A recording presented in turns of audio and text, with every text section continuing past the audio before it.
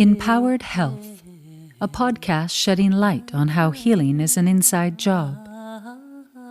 Keys to your inner power and total transformation. Discussing wholeness, wellness, and the effects of the mind on the physical and energetic parts of our being. A podcast to support you, moving from fear and pain into wellness and purpose. Belief, hope, connection, energetic keystones for transformation and inner power. Sacred knowledge that inspires us to look within, to find our own unique path. INpowered Health, release and rewire to become what you truly are, strong, whole, and empowered.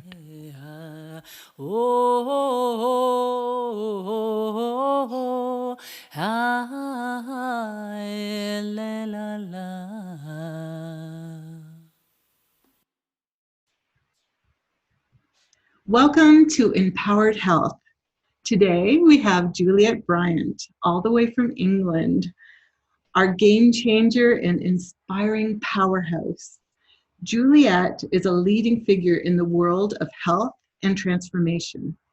She has traveled the world seeking out the best tools for achieving good health and healing. Juliette has 3 published books and countless articles about health and well-being. She is a nutritional health consultant specializing in healthy living, well-being, and nutrition. Welcome, Juliette. Thank you. It's so lovely to be here with you. So exciting. Juliette, you have so much to inspire us with today, but I just wanted to start, and you have so many aha moments that have happened to you early on that made you who you are, but just start with that story of the first thing that happened to make you really passionate about healing and nature's healing.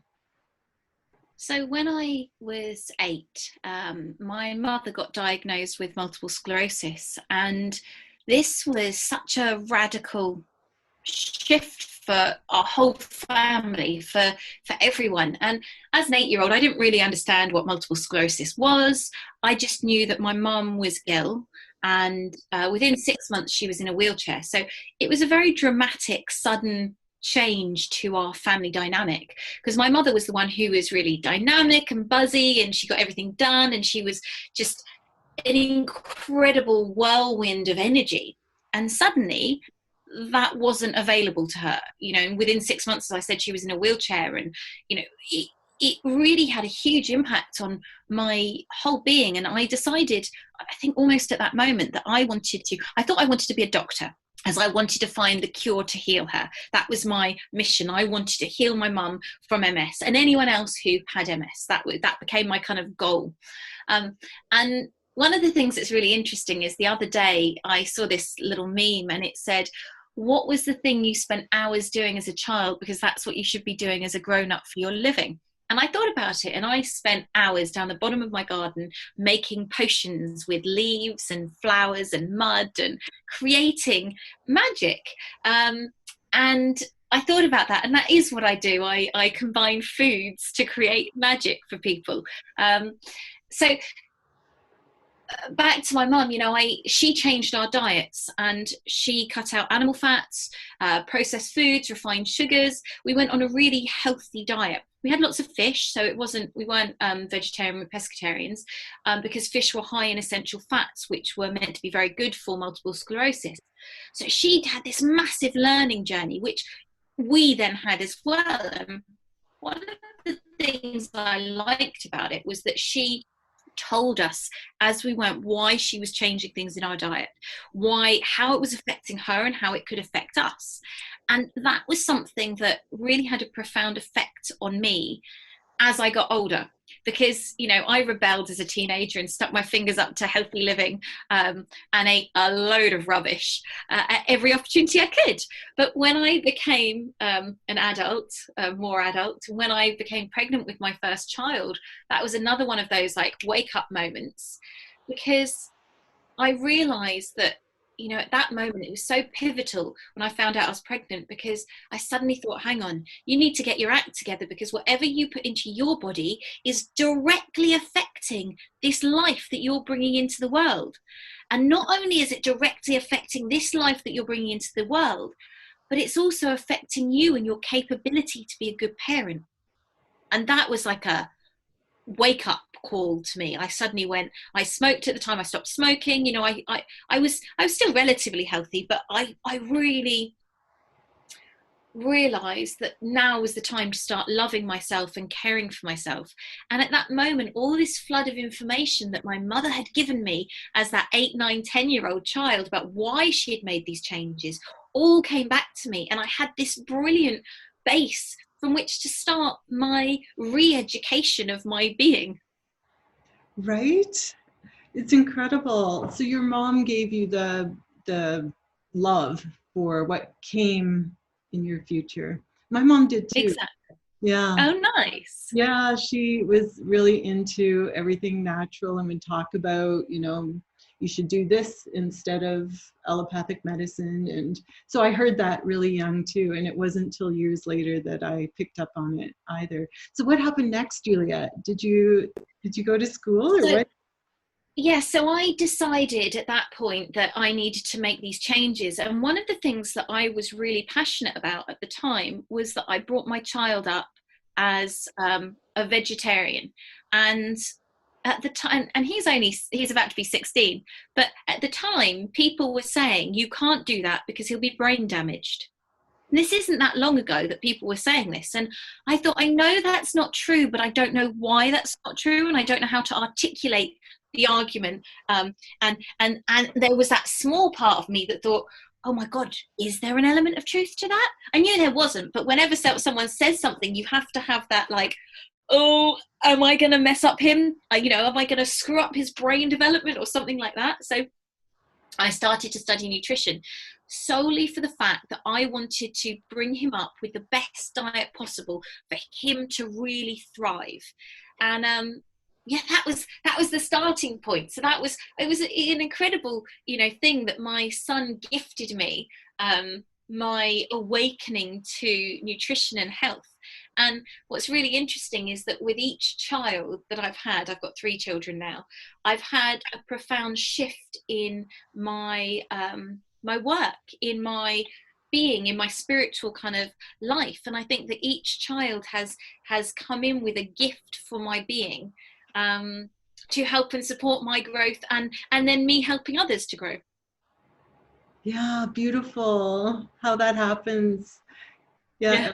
Everything is a gift. So just give us some of the things that you learned, maybe from each child. So the first was vegetarian, and why you chose that, and then with Samuel, it was really the waking up of my love of nutrition, and that I wanted to really delve into it more and explore it more. So that was really the coming into that. At the time, I was working as a healer and teaching meditation, and I was also running a mind, body, spirit center. So I was working in the holistic field, but I was piecing together. What was very interesting was I was noticing that there was a correlation between my energy work and what food I was consuming. So I started to notice, you know, this was leading up, that if I ate a pizza, then if I did a healing shortly afterwards, my energy wasn't coming through quite so clearly.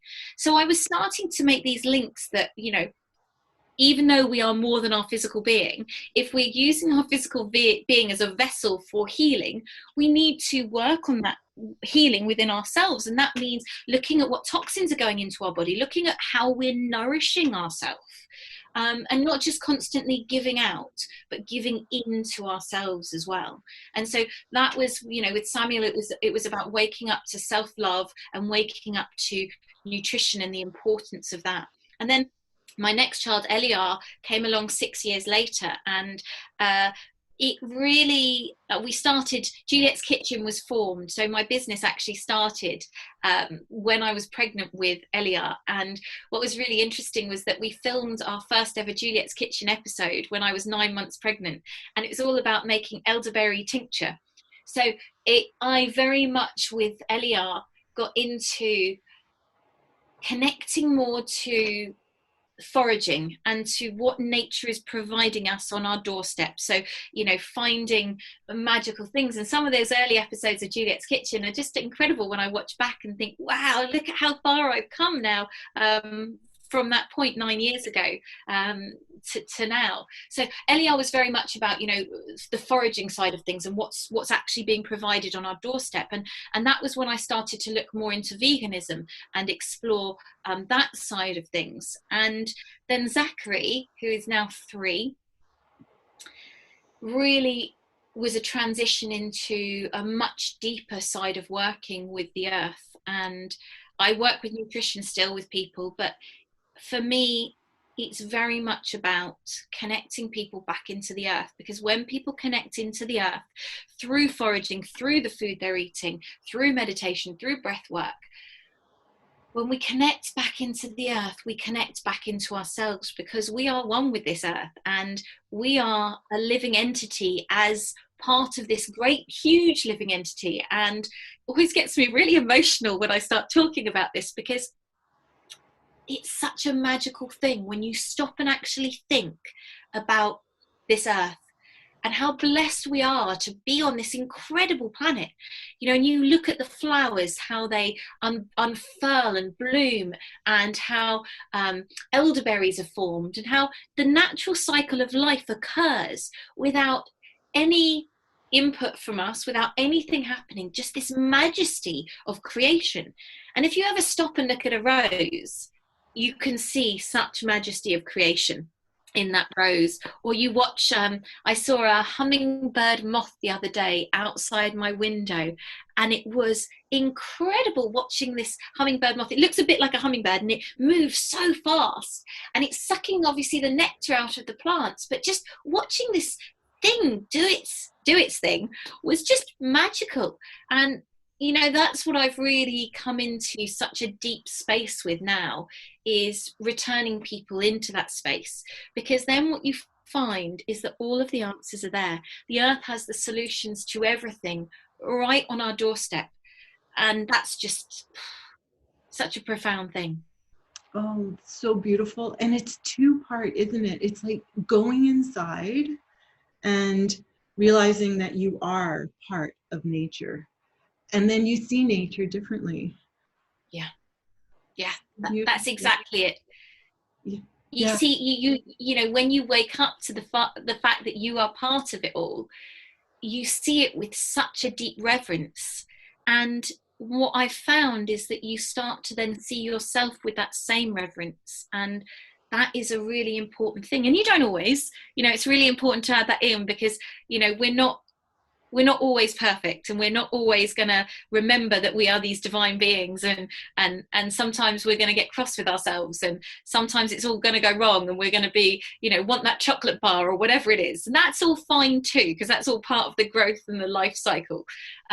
So when I'm saying these things, it's not saying it from a pedestal point of view where I am above everything and I'm always connected and I'm always perfect, because that's not true. I'm a human being living this human experience and doing the best I can.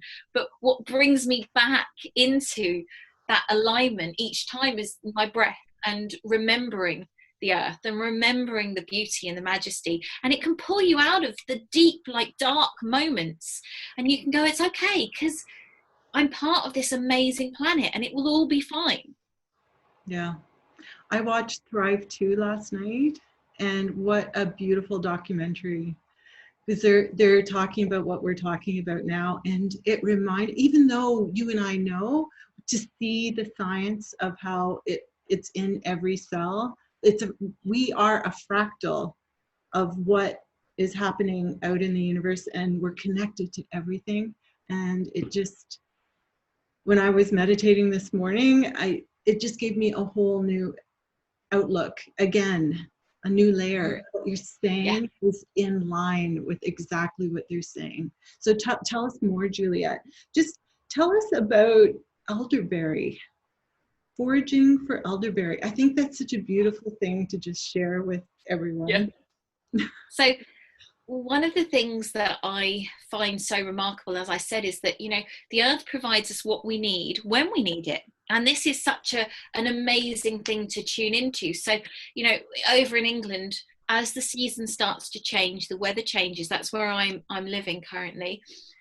The thing that comes out, end of August, beginning of September time, are elderberries. And elderberries are one of the most amazing antivirals. They are so powerful. They're filled with something called anthocyanin, which is an amazing support for the immune system. And these come just as the weather starts to shift. So it's like, Mother Earth knows what we need, and boom, it's there, it's provided. So I love going out and foraging for elderberries, and then I make a whole host of different things so that it can support me and my family and my friends through the winter. There have been incredible studies showing that when you take elderberry products, it can reduce the severity of flus and colds by up to 40%. Yeah, 40% is a huge amount when you've got something like that. And also they can be very preventative. So going out foraging for elderberries with the elder tree, it's really important that you ask permission. I like to do this with anything. Ask permission of the plant, of the tree, that I can take the medicine, because I find that then it really amplifies the vibration of that medicine. Because like you work in vibrational medicine, everything is about vibration, and if we have that good intention, that good vibration going into the collecting of the food, into the making of the food, then that medicine is so much more potent in its delivery because of everything that went into it. I truly believe that we are energetic beings, and so our thoughts have huge ripple effects on everything we do. And I've noticed this with food, with everything. If I'm making something and I'm in a bad mood, when I make it, everyone will eat it and they'll be like, that doesn't taste quite right. And the exact opposite, if you're in an amazing mood and you're singing and maybe you're dancing around the kitchen, and you're making your food and you're putting all this love into it, everyone tastes it and goes, wow, that tastes amazing, because what they're tasting is the energy you put into the creation. So this is why I love foraging so much, and also growing food, I think, is such an important part of this where we can, because we don't know, when we go to the supermarket and buy food, we don't know the process of the picking, we don't know the vibration and the energy of any of those people, and we can't control all of that. And I don't want people to get stressed and concerned about that, but where we can have control, let's put in that good vibration into the earth, into the plants, so that when we harvest with consciousness. I think that's what it's all about with every step we do in life. If we can be as conscious about the process as possible, then the best always comes out of it. And as I said, we can't always remember that, and sometimes we're not, and that's okay too.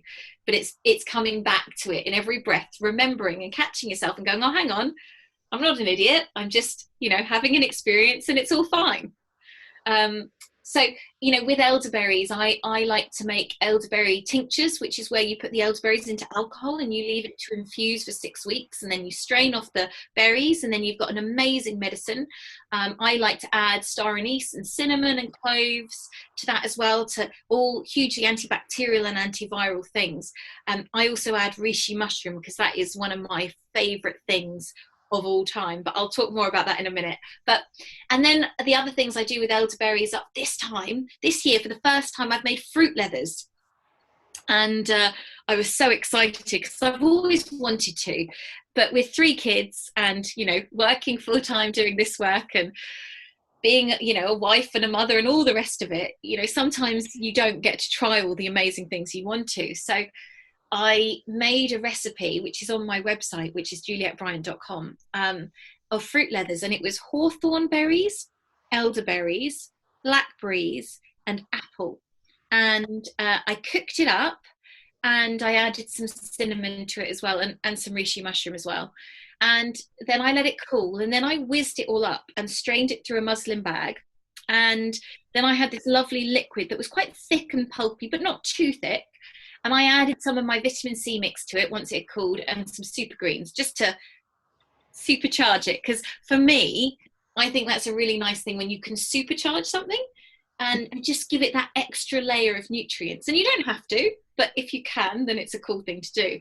And then I put it onto, I've got a dehydrator, so I put it onto a baking proof parchment paper and dehydrated it for 12 hours. And then wound it up into these little fruit winders. You know, you see the kids all have these little fruit strips, and stuck it into a glass kilner jar to keep. And it's been such a hit. The kids absolutely love them. I am going to try that. And is that recipes on your website? Yeah, that's on my website.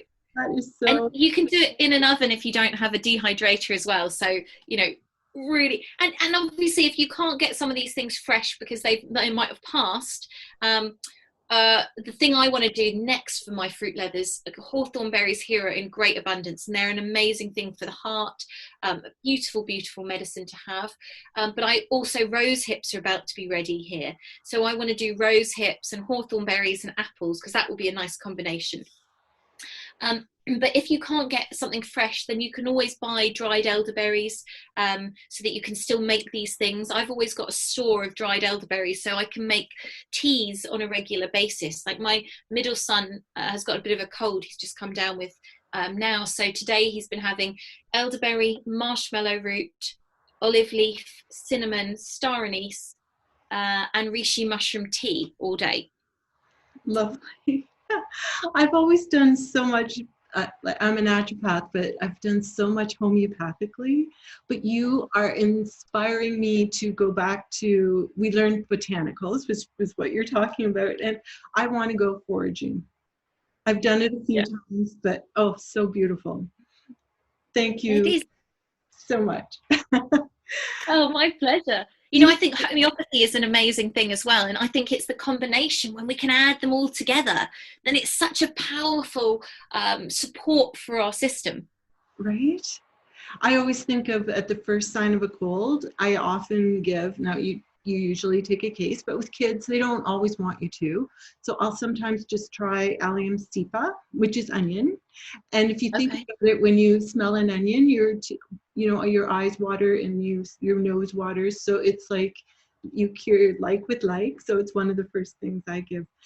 But when you were talking about elderberries, I want to talk about one more, because I was thinking, yes, elderberries come in the fall, and that's just such a brilliant, thing to realize, that our planet is providing us with what we need when we need it. And I was thinking about all the dandelions that come up in the spring. Yeah. Right? Yeah. Do you go out and harvest dandelions, and why? Yeah, totally. Dandelions and nettles both come up, and cleavers and chickweed. They're all your kind of first things that come up in the spring.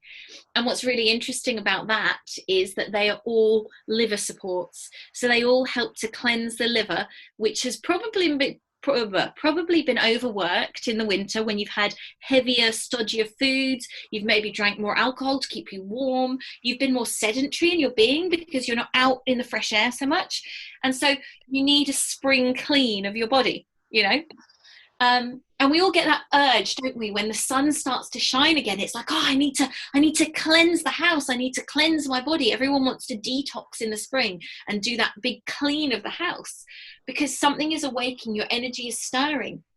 And so what you need to do is clear the liver of all that stagnant energy so that you're all flowing. And dandelions and nettles, as I said, and cleavers and chickweed, these are all beautiful spring tonics. And what I like doing is just eating the dandelion leaves raw in salads, or juicing them, or sticking them into smoothies. We have patches of them in pots. I kind of leave them growing in the garden so that I've always got a supply. And same with nettles. We have nettles growing in pots. And nettles are probably my favorite springtime tonic. And nettles can be used at this time of year, but in a different way. And nettles are such a powerhouse of nutrients, as are dandelions. They've got similar profiles to them nutritionally when you start to look at them. They're both high in iron, they've got sodium and potassium, magnesium in them. They've also got A vitamins and C and vitamin K. So you've got and B vitamins as well, quite a broad spectrum of nutrients with both of those. And with nettles, I was doing some research earlier about nettles, and they have there's been studies showing that they're very beneficial to men to support prostates, keeping your prostate healthy and reducing inflammation in prostates, which is a really important thing for men over 50 especially, to keep their prostates healthy. And there's evidence of them working with, for both men and women, with the hormones. Our hormones get to this point where they flip over and become negative. And what these studies are looking at is that nettles, it looks like, prevent that flipping. So they keep your hormones really healthy, which is a fascinating thing. Nettles and dandelions also are both very good at helping keep cholesterol levels down, regulating blood pressure. They're both very good for keeping the heart healthy. So many important things when we look at health at the moment. The top killers are cancer, heart disease, things like that, and we need to really be addressing them on much deeper levels with things like nettles and dandelions, with things like the reishi mushrooms. These are key components to our health that have been neglected, that we've forgotten about. When you look at ancient texts, the ancient Egyptians used nettles and dandelions. They used nettles for lower back pain and arthritis on a regular basis. The Romans used to rub nettles against their skin to keep them warm. I'm glad we've got heating, because I don't really want to be doing that. But, there are so many documented cases of these weeds being used on a regular basis to support health and well-being. They've always been there, and we've grown away from it, but we need to come back to it. We do. And one of the things that really excited me when we were all in lockdown, every month I ran online foraging courses, and the amount of people that were coming to them was so exciting, because people had time and they couldn't go anywhere, or they could go within their local environment. So people started to notice their local environment more. Don't get me wrong, I wasn't a fan of lockdown for many reasons, but you have to find the silver lining for things, don't you? And I think one of them was that people started to wake up to the beauty of their environment and the beauty of the earth. And, when everything else was hitting the fan, the earth was still carrying on as normal. The flowers were still blooming and the birds were still singing and everything was happening. And for me, that was one of the things that was such a savior to me, to go, there may be insanity all around me, but there isn't in the earth. The earth is still doing what it does and nothing has changed. And if I focus on that, then that will pull me through and keep me sane. And it did. Right. And the message about how empowered we are. All we have to do is seek this information, and we can do so much for ourselves. We don't have to look outside ourselves for this. No. And I think that's one of the things that throughout my work, I remember when I was working as a healer, one of my rules was that I wouldn't see someone more than 7 times in a row. And people couldn't understand why I would say that. And they said, but it's money, it's clients. Why would you turn someone away after 7 sessions? I said, because I don't want someone becoming dependent on me for their health and well-being. I said, we have to take charge of our own health, and we have to look to ourselves and not hand our power to everyone else. Something goes wrong in our health, and what do? We call up the doctor, tell us what's wrong. And don't get me wrong, these people all have their places. And if you have any serious medical condition, you should always consult a healthcare practitioner. However, that exactly, disclaimer in.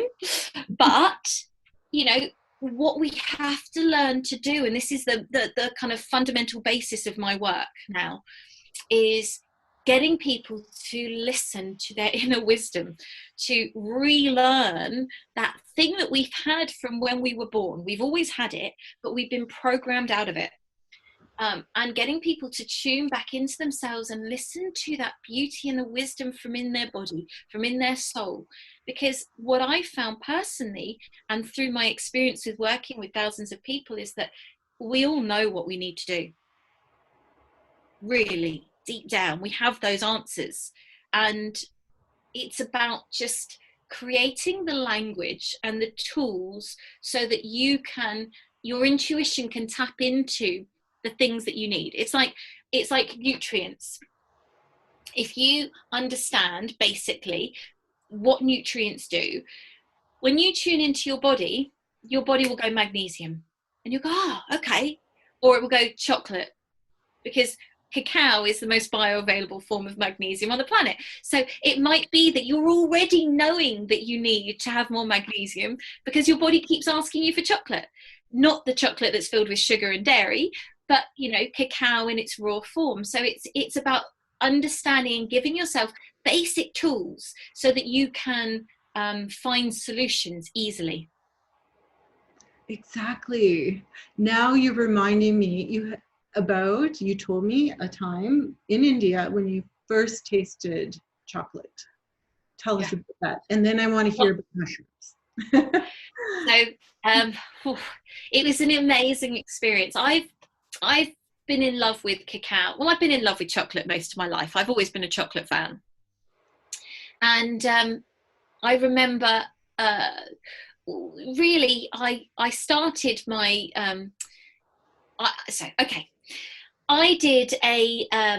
I went raw for a year when my son was 1, and I ate just raw foods for a year. I was 100% raw, and it was great. I felt amazing. I was filled with vitality. It's incredible. But the thing that stopped me from having a raw food diet was chocolate.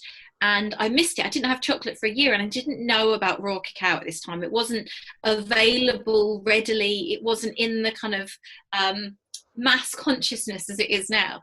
So chocolate swayed me from that raw diet. And when I then, a few years later, I went to a friend's, and they were doing a raw chocolate workshop. And it was the most incredible evening of my life, learning how to make my own chocolate. And that really opened up so many doors. So Ben Hubbard, thank you very much. You taught me and opened up many doors for me. And I went on to teach people raw chocolate. I still teach people how to make raw chocolate. And it's one of the best workshops I do, because just empowering people with the ability to make healthy chocolate is an incredible thing. So I've been working for many years with chocolate, and we've been going to this spice farm in India, an organic spice farm called Contagious Spice Farm. Beautiful place, run by a really, really lovely family. And they grow cacao there. And it's some of the most beautiful cacao I've ever tasted. And we'd been there for a few years. We've been going back, but it was never the right time state. So one year we went and we arrived, and Chinmay, the owner, said, Juliette, Giles, come here. And he had this pod which he took off the tree, a beautiful pod like this kind of size. Obviously you can't see if you're listening, the size of a big grapefruit basically. And he broke it open in half, and it was this hallelujah moment. I heard this celestial choir go, oh, you know, it was a really incredible, deeply spiritual moment for me. And he handed Giles and I, my husband and I, half of this cacao pod. And inside it was this beautiful white fruit that wrapped around the nuts, which are the cacao beans as we know them. They're actually are considered to be a nut. And the white flesh was like a mixture between mangoes and lychees. It was incredible. And the nuts just tasted of a kind of bitter, nutty taste, but they were beautiful. So we walked around this spice farm eating this half a cacao pod, and I had an incredible experience. Cacao is known to open the heart to love. That's one of its properties, energetically and physically, because of the magnesium on the physical side. And it's always been classed as the food of love and the food of the gods. So it's been held in such high regard and esteem for a long, long time. And when I ate this cacao, my heart burst open, and I felt such bliss and unconditional love. And it's terrible. I always feel a little bit guilty when I equate it to this, but it was like the moment my first son was born, and my heart burst open with unconditional love for this being that I had brought into the world. And it was the same as that. It was this real, like, unconditional love. What was incredible is it lasted for a week. I was in this state of bliss for a whole week. And it was a gift I felt from the cacao, because I've been working with it for so long, to show me the depths of what plants can do. And if we tune into the wisdom of plants, we can really elevate our beings to such greater states. And one of the things that I have since come to do, and I do on a regular basis with people, is I've realized, as wonderful it is as it is to have a plant there in front of you and to work with it on a physical level, what we can also do is work with it energetically. And if you don't have something, you don't have access to something, you can sit and tune into it. Like I can tune into the elderberries and bring in that vibration of their magic, into my being, that healing vibration. And just like homeopathy, we have these strands, vibrational strands, and if they're out of line, you have to bring that like vibration in, whether it's through homeopathy, through food, through crystals, through sound, or through the power of that thought, of that energy coming in. It's all the same. And plants have so much to teach us when we open our minds and our hearts to listen to them. Right. And again, like my love of homeopathy started there because and as you learn about homeopathy, you realize that it takes each plant, and we can take chocolate, we can take thousands of plants, but each of them have a vibration, a story, physical, like when we prove them, they show us physical things that they're aligned with, and mental, emotional things they're aligned with. So chocolate, when you were talking, we give it homeopathically to heal a deep pain or a feeling of not connection to the mother. When you're not connected, and you give a remedy to treat like with like, and so it helps bring back that feeling of unconditional love and restores that connection to the mother.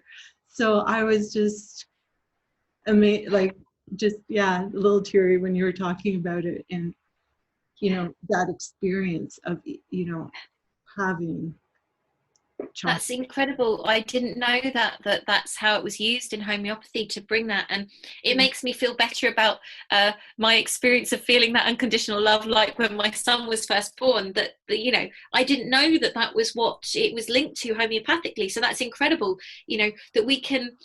It doesn't surprise me, but it still does surprise me on some levels that we can tune into these things without having that mental awareness. And I've seen that so often in foraging courses, or when I've run other courses with people. It's when I get them to work with plants. Like on my mentorship program, I run a 12-week mentorship program. And part of it is each week we work with a different plant to tune into the medicine of that plant. And people work with it themselves to learn how it works with them best. So how does it work on a physical, mental, emotional, and spiritual level? And then creating their own kind of medicine book, so that when something goes wrong, they can tune in and go, oh, that I remember when I worked with fennel, fennel helped with that for me, because it's always going to be slightly different for each person. So that's why getting that deep personal relationship with these plants is such a beautiful thing. So beautiful. So people can do that with you. They can do this mentorship and learn about each plant. Oh, we'll include that so that people can get in touch with you and do that if they feel inspired. That's just wonderful. Juliette, can you talk about mushrooms? Because it is one of my favorites. I heard that. Yeah. I think that I must have been a mushroom in a past life. Now, when I'm talking about mushrooms, I'm not talking about the illegal kind, although they have great medicinal properties as well. My favorite mushroom is reishi mushroom, and reishi mushroom the family is the Ganoderma. And these are bracket funguses that grow on trees, and they're hard, woody things, beautiful. And they're found in all different places around the world, and they slightly vary, the Ganoderma family, as to where you're finding them. But the mushrooms are incredible because on a physical level, the bracket fungus have so many medicinal properties to them. Most of them are immune modulators, so they help to regulate the immune system. So if you've got an autoimmune condition, they're great because they come in and create that stasis, that stability within the immune system, which is so important. So instead of just ramping it up, like, so elderberries ramp up your immune system, but if your immune system's overactive and attacking itself, that's not what you want. But the mushrooms don't do that. So many studies now happening with the mushrooms. Beta glucans are found in a lot of the mushrooms, like the reishi and the chaga, and these beta glucans have been shown to kill cancer cells, which is an incredible thing. There's a guy called Paul Stamens in America who's working with pharmaceutical companies to look at how mushrooms can benefit traditional allopathic treatment of cancer. And so far studies are showing that chaga and reishi both can reduce the negative effects of the chemo and radiation therapies, and benefit and support the positive sides of it. But they can be used by themselves without those treatments. So a whole host of really incredible things going on with them. But one of the things that it really excites me about the medicinal mushrooms is that, well, all mushrooms have a root network called the mycelium. And these mycelium are bright white roots, so bright white thin filaments. And what's so exciting is they cover the whole planet. So the whole planet is covered in this mycelium mushroom network. So it's like a network of bright white light. And so what I find is that when you start to work with the mushrooms, what you're doing is you're tapping into this really grounded, but finely grounded, not heavily grounded, but beautiful network of light that covers the whole planet and interacts with all the other plants. Because their roots, the mycelium, crosses over with plant roots, tree roots. And so you're tapping into this huge network. But what's also so exciting about the mushrooms is that spores of mushrooms are found in space. So to me, what I feel is that when you work with mushrooms, you're connecting up into the cosmos and bringing down that beautiful cosmic energy, but you're also grounding in the earth. So you can connect heaven and earth. You can unite these four cosmic forces within your being. I like to think of it uniting within the heart and expanding out from that space. Beautiful. That is an incredible, and I did not know that everything was connected. Yeah. With this fine filament of mushroom. Oh, I'm going to go read about that. So how do you take mushrooms, Juliette? Do you make a tea or a tincture? So I do both. I have lots of products that I've created. You know, I mentioned in the beginning that when I was young, I used to spend hours in the garden making potions, and I've carried that through into my adult life, and it's part of my business, which is great. So I create lots of mixes to make. Really, I started doing it because I would see that individuals needed certain mixes, so I would start making mixes for them. And what I found is that there were common similarities. So then I just created a generic kind of general mixes for sale.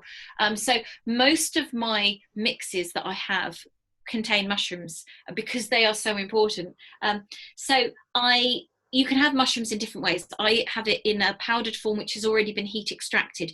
With the medicinal mushrooms, because they are hard and woody, you can't just eat on them, and you wouldn't put them in food because they wouldn't be very palatable. So you have to extract them either through heat or through alcohol. So you can have an extraction that is a powder form, which has already been heat and alcohol extracted, so that you can then just put it in your smoothie. Or you can have it, you know, as I said, as a tincture, which I have tinctures that I take on a regular basis, and I love making tinctures. And also my CBD hot chocolate has got mushrooms in, and my new drink, I've got one called Awaken, which is really exciting, which has CBD and medicinal mushrooms and cacao and ashwagandha and lion's mane and lots of other amazing things. So yeah, teas are a great way to do it. If you want to make a tea with them, you need to generally cook them for about 20 to 30 minutes to extract the medicinal properties from that. And then you can leave it to cool and you can use it as a base for a smoothie. That's a great thing to do. And you find that the mushrooms are energizing generally, because what they're doing is all of the medicinal mushrooms work to support the adrenals. So the adrenals are organs in our body that help us to deal with stress. And so these are probably the most overworked organs out of any. And we need to give them love. And generally what we do is we spike them and we whip them like a horse, you know, by giving them caffeine and refined sugars and things like that to keep us going when we're tired, instead of feeding them with love and nurture. And the medicinal mushrooms are very good at supporting the adrenals and feeding them. So then we get energy because we're feeding our adrenals as opposed to whipping them. Brilliant, I have to say. And people can find these things on your website. It's just so exciting, Juliette. And chaga is spelled C-H-A-G-A. That's right, yes. And I think you guys have lots of that in Canada, don't you? Yeah, it's pretty easy to find. Mushrooms in general, if you go to a health food store, are expensive, but yeah, you know, worth it. And you're explaining why. And you don't need that much of them, you know, to make a difference. No. And reishi is R-E-I-S-H-I. Yes? Yes, that's right. Yeah. And I'll put that in the description. And they're great to, you know, as you said, you know, in Canada you can forage them. And you can find chaga a lot in the wild because it grows in colder climates. So where I am down in the south of England, you can't really find chaga growing so much. It's up the north near to Scotland. But, you know, we find reishi mushrooms growing here a lot. And turkey tails is another one that we find growing a lot. So it's good to obviously be really careful if you are foraging and get a good book, because it's so important that you cross-reference and make sure you're getting the right thing. So key. But there are great books out there. Richard Mabey is one of my favorites. He wrote a book called Food for Free, and that's a brilliant book. He wrote it in the 70s, but there's been many updated versions of them since, and that's a great little companion to have out when you're foraging. And with mushrooms, you know, always check. There's a lot of really poisonous ground mushrooms. The bracket fungus is much easier because there's hardly any that are poisonous on the hard woody bracket fungus. So it's a much easier kind of thing to do. But again, always cross-reference. But turkey tails are a beautiful one to find, and that's usually quite easy in most climates to find that one. So have a read and start to look into it. And what you'll find is that when you find your first mushroom, like your turkey tail mushroom, and then you go home and you make tea with it, you'll really step into a huge new journey. But if you can't get out and forage, then you can go and buy them in powdered form or tincture form, or as the dried mushroom that you can make tea with yourself. And that's still just as exciting. It is. But foraging sounds so fun. So the book is called Food for Free. Food for Free by Richard Mabey, and it's M-A-B-E-Y. Perfect. Juliette, you start your day every day with a beautiful habit. Tell us what it is and why. So one of the most important things that I do and have been doing now for years, and it's something that has really shaped my being, is I start by being grateful and by thinking about all the things that I'm grateful for. Because what I found is it's very easy to get up, turn your phone on. Hopefully you've turned it off when you've gone to bed, but it's very easy to get up and just get into a world of, you know, Facebook or whatever else, or emails and kids and life. And how you start your day sets the tone for the day. And what I found is that if I take those few minutes, and it doesn't have to be a long thing, where I just lay there and I just think about all the things that I'm grateful for, it's such a powerful process of alignment with our goals, with your truth, with what you want to bring into your life. And it's much easier to stay focused and not be swayed so much by the dramas of life. Don't get me wrong, sometimes you still are, but it's much easier to hold your center whilst the world is going mad when you have that anchor to start your day with, what am I grateful for? And I like to come up with 5 things every day. And I do it before I go to sleep as well. I go through what I'm grateful for, because then you're going to sleep with that same energy. So it's pulling you through the night. Yeah, well, and thoughts are so powerful. Gratitude is a higher vibration than sadness or fear. And what we focus on is what will manifest in our lives. So to bring up our vibration first thing in the morning is really important. Exactly. And then you get up and you have water with lemon. That's right. And I put some salt in as well. And what are the benefits? Yeah, so when I say salt, I'm not talking about table salt. I'm talking about, I use raw grey sea salt. So a salt that's not been kiln dried. So it's got all of its nutrients still in it. And what I found is that that salt electrifies the being. It creates an electrical current, which really energizes and charges you up. And the importance of drinking water, well, I brush my teeth first. That's the most important thing, that you clean your mouth when you wake up, because otherwise your body's been detoxing over the night, and it puts the toxins into your mouth. That's why you wake up and you're like, because there's toxic residue in your mouth that wants to get out of your body. So if you then wake up and drink your water straight away, you're flushing some of this stuff back into your body. So you're starting on a negative as opposed to a positive. So once I've cleaned my mouth, I have my water, because what that water is doing is it's doing a few things. First of all, you're setting a muscle memory. So you're reminding your body what it feels like to be hydrated. So then you get into that habit through the day of drinking, because you've reminded your body. What I find is that when I miss my morning water, I hardly drink any water through the day, because it's kind of like I've broken a program. So that water in the morning, I find, sets me up to go, oh, I'm thirsty, I want to drink. Mm-hmm. And what you're also doing is you're supporting the body's natural elimination process, your body's natural detoxification process, which has been happening overnight. And that water in the morning aids the flushing out of your waste materials that you want out, not in. And that's a really important thing to health and well-being, is not having stagnant poo stuck in us. And the lemon helps to alkalize the body. So you're creating a really nice space in your body. You've hydrated your cells. They've gone from shriveled raisins into nice plump grapes. So your body's starting off in this lovely liquidy, refreshed way. And it's cleared out its waste, so that's good. And what I find is that water with lemon and salt is actually more energizing than a coffee would be. I haven't drank caffeine now for 15 years. But the water creates the energy that coffee would have in my body. It's energizing. That salt is energizing. It's remineralizing. So I'm starting off in a really good space.